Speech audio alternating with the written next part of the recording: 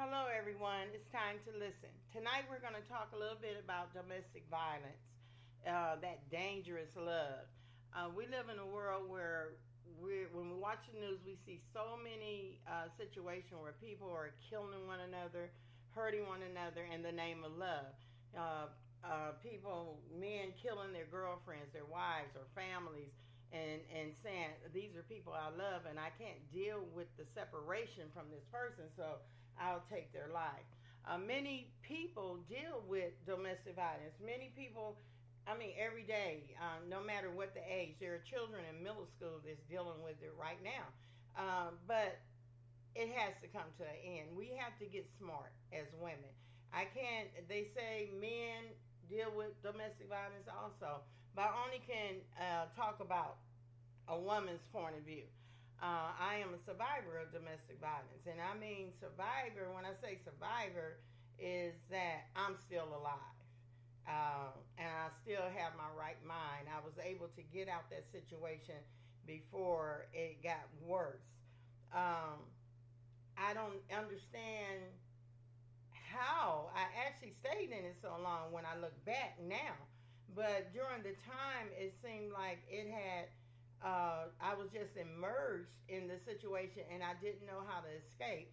And then I still had that hope that it was going to get better, that one day it would get better. Because in domestic violence, if you're going through that cycle, there is that, the violence and then the honeymoon period, the makeup, and then everything is okay for a while. And then you start rebuilding your hope again and you start saying, okay, it is going to get better, and especially if you have children involved, your hope is at another level because you're saying, I want the family. I want the happy ever after. I want my family to be whole. But there's no wholeness in domestic violence.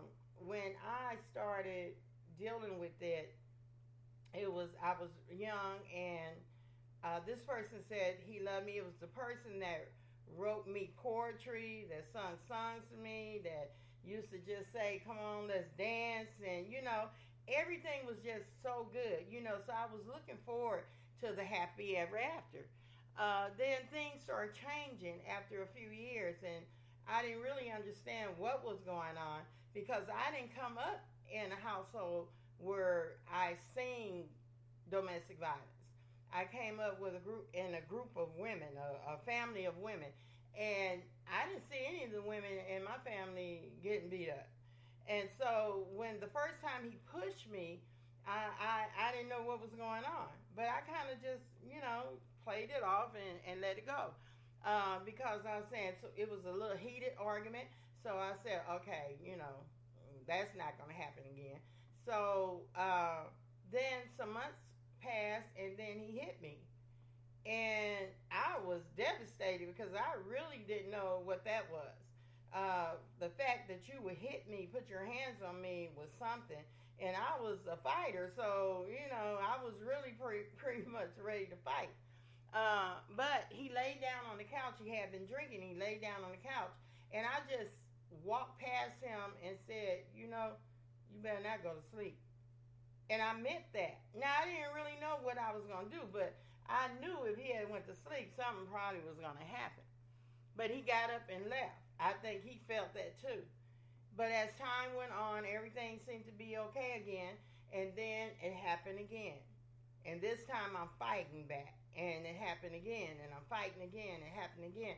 And it kept going. The cycle kept going and going and going until it got to the point I gave up fighting. I never won any fight, but I would fight until I stopped fighting at all. So it is a cycle, a vicious cycle.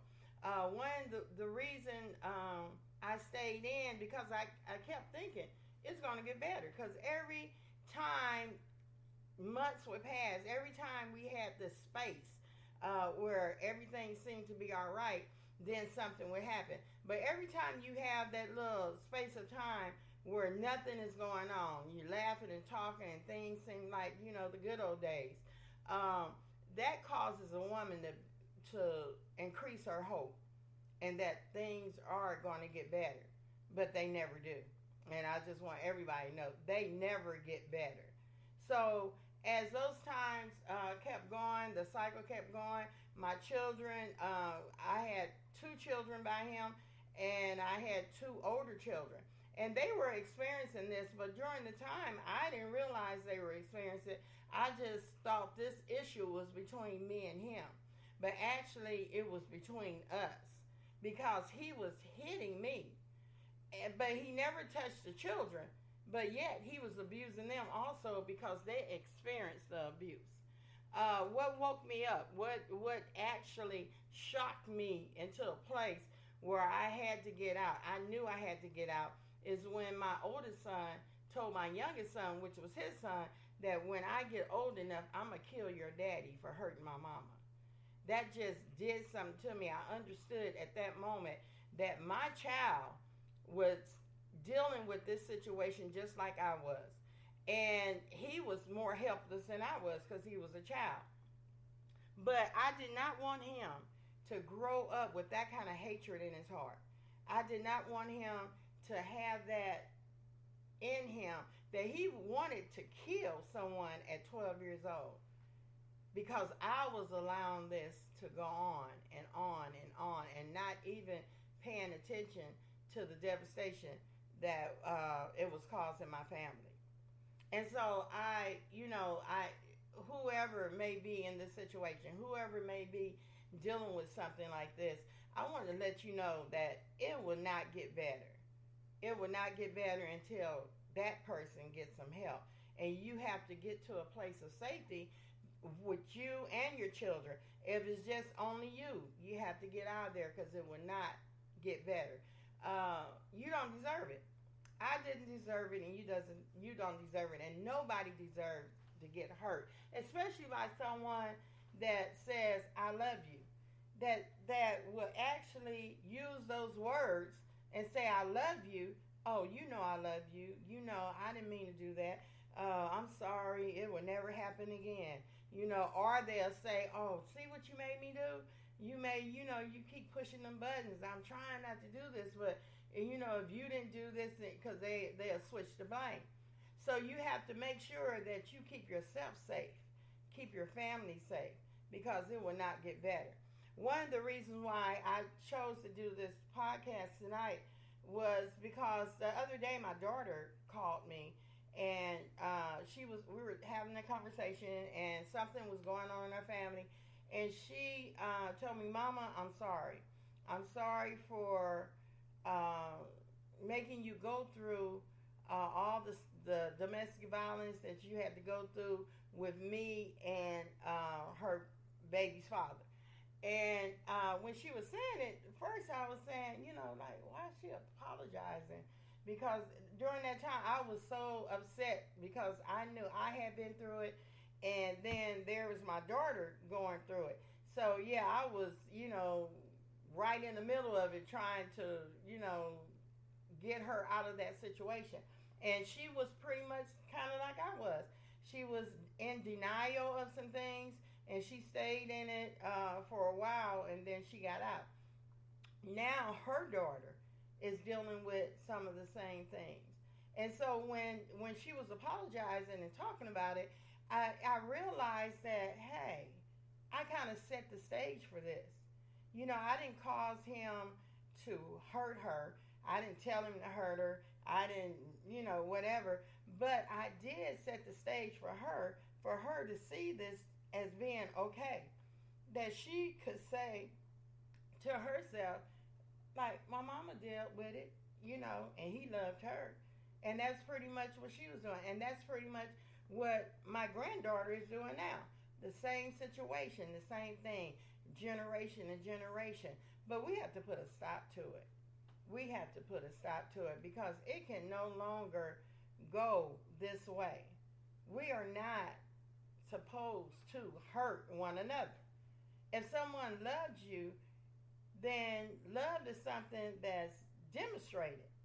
It's not something that people just throw the word out. People throw it out all the time. I love you, and I love you, and I love you. And one of the things is sometimes I learned in my own life that if you start out relationships, then you quickly go into an intimate relationship. You start having sex with this person, and you can quickly get confused, especially a woman, and start calling that you're feeling love, but it's really not love. It's just lust, and it's just people wanting to be with one another.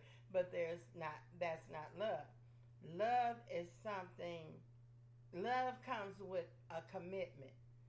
And if I love you, I don't want to hurt you.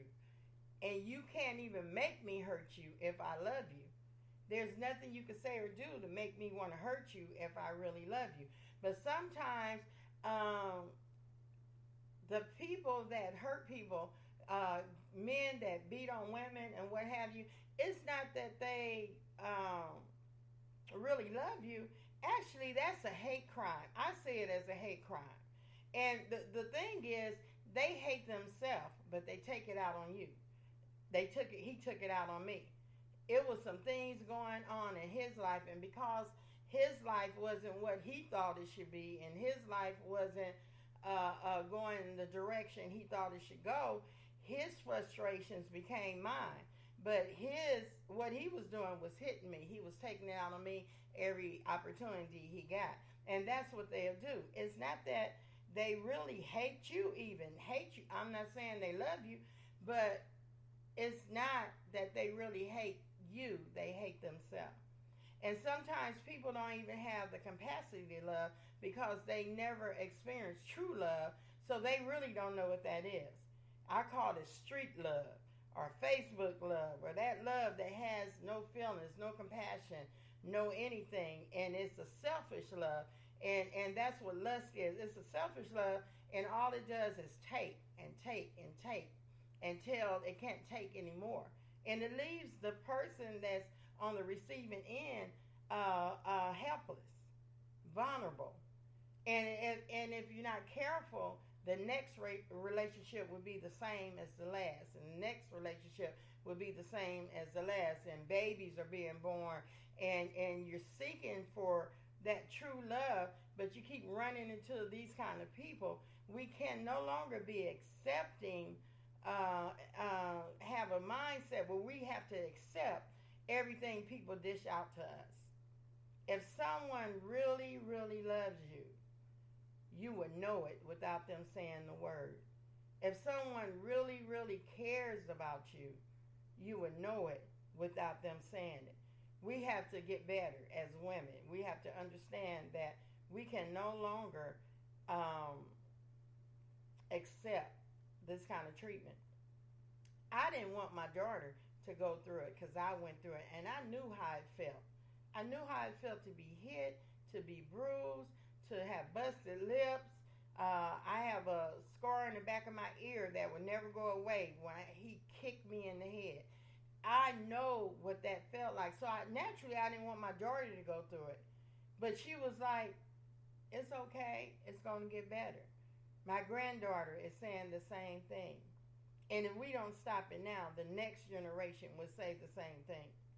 We have to begin to have these conversations when our children are young, and to make sure that if we're dealing with abuse right now, if anyone is dealing with domestic violence, if anyone is hurting you now, you have to figure out a way to get out. You have to figure out a way to stop the madness, because it won't stop unless you stop it. Thank you for listening, and we'll see you next week on Time to Listen.